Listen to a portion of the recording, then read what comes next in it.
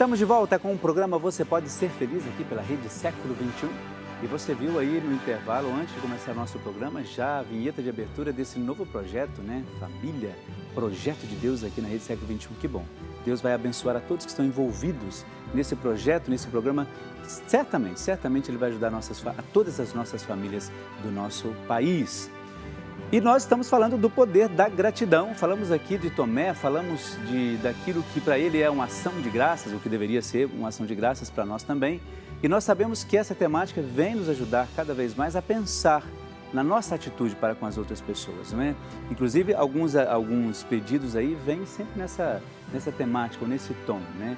Do agradecimento, da ação de graças, e isso é muito importante. O poder da gratidão, aquilo que nos ajuda a viver cada vez também melhor ou melhores, né, na nossa vida comum.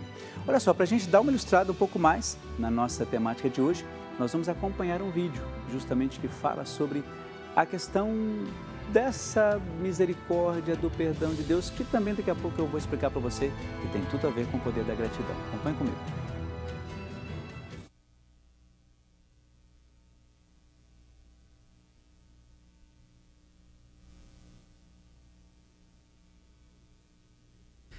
Tendes ouvido o que foi dito, olho por olho, dente por dente.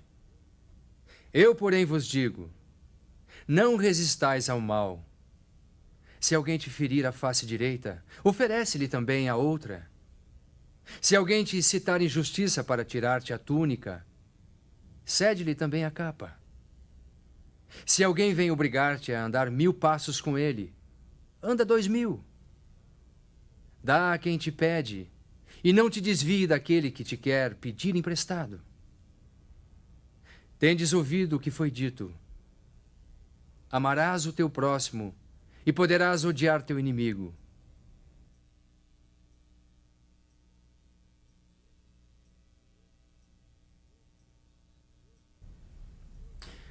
Eu, porém, vos digo: amai vossos inimigos, fazei bem aos que vos odeiam, orai pelos que vos maltratam e perseguem.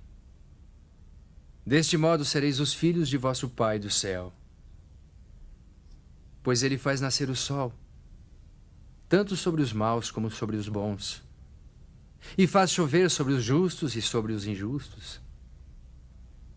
Se amais somente os que vos amam, que recompensa tereis? Não fazem assim os próprios publicanos?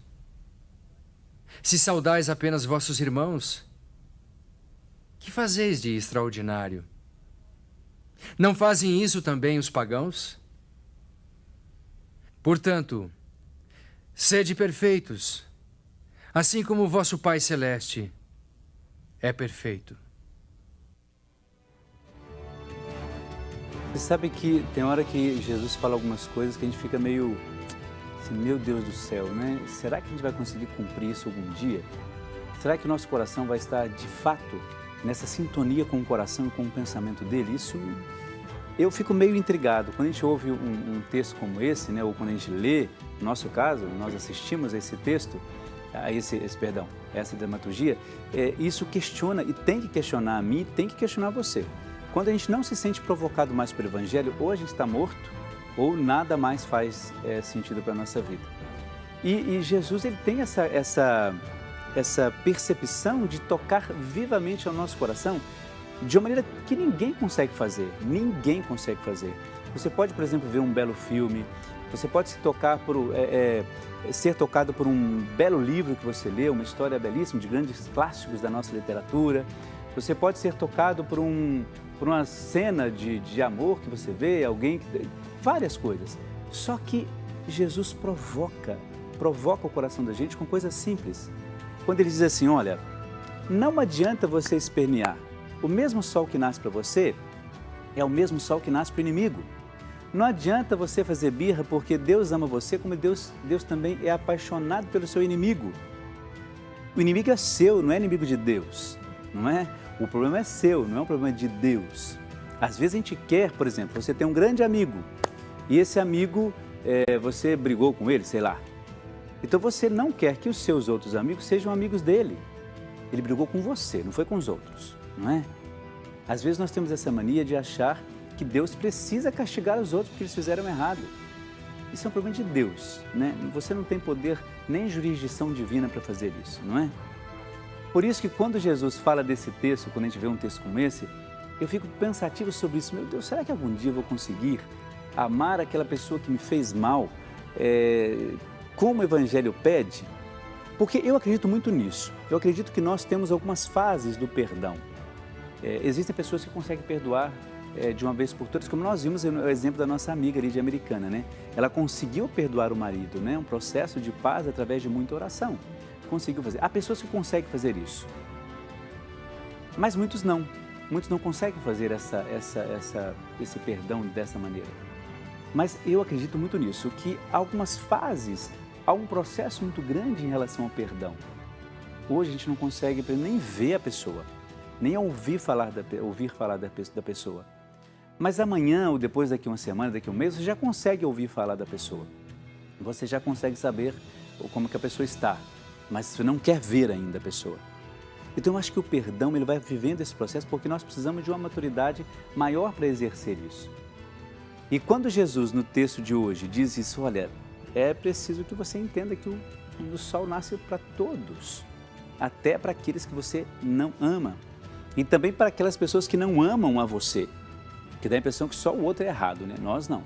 Todo mundo nos ama, todo mundo quer a gente bem, nada disso. Tem pessoas que nos odeiam também, né? Como às vezes nós odiamos os outros, não é? Então por isso que é muito importante que a gente pense nessa questão. Quando nós temos esse trecho aí, onde Jesus fala dessa questão, olha, amai os vossos inimigos, é para a gente refletir e se sentir provocado por isso. Eu acho que aí está, para mim, né? Acho que isso aí está a beleza de fato da gratidão. Quando a gente é grato a Deus, por aquilo que Ele fez, te deu a capacidade de repensar e reconstruir a sua história, a sua maneira de ver o mundo, a sua maneira de ver as coisas. Eu acho tão bonito isso, sabe? Quando a gente consegue de fato crescer diante da palavra de Deus, porque é a única na qual nós temos que confiar de fato e se entregar completamente. E aí, só para a gente terminar essa reflexão, eu queria que a gente, a partir do texto, né, que nós ouvimos, a gente pensasse bastante nisso. Vamos nos sentir provocados por esta palavra de hoje, né, desse último trecho do Evangelho. Provocados para pensar onde nós estamos gastando o nosso sentimento. Outro dia eu dizia para uma pessoa assim, olha, o amor precisa ser gasto. E a pessoa disse, olha, eu não gostei da frase, mas não é uma frase em si. Eu disse porque eu dizia assim, olha, a gente precisa gastar o amor que a gente tem com as pessoas. Se o amor não é gasto, você vai ficar com ele para quê? E pode ter certeza, quanto mais você gasta, mais ele cresce, mais vem amor para você gastar. Então pense nisso, assumir de fato isso, essa provocação de Jesus para a sua vida e para a nossa vida, tá bom? Muito bem, nós temos aqui algumas participações do nosso quadro Que Santo é Esse? Eu gostaria só de colocar os nomes aqui, então eu peço que você já vá fazendo a sua ligação, continue fazendo a sua participação.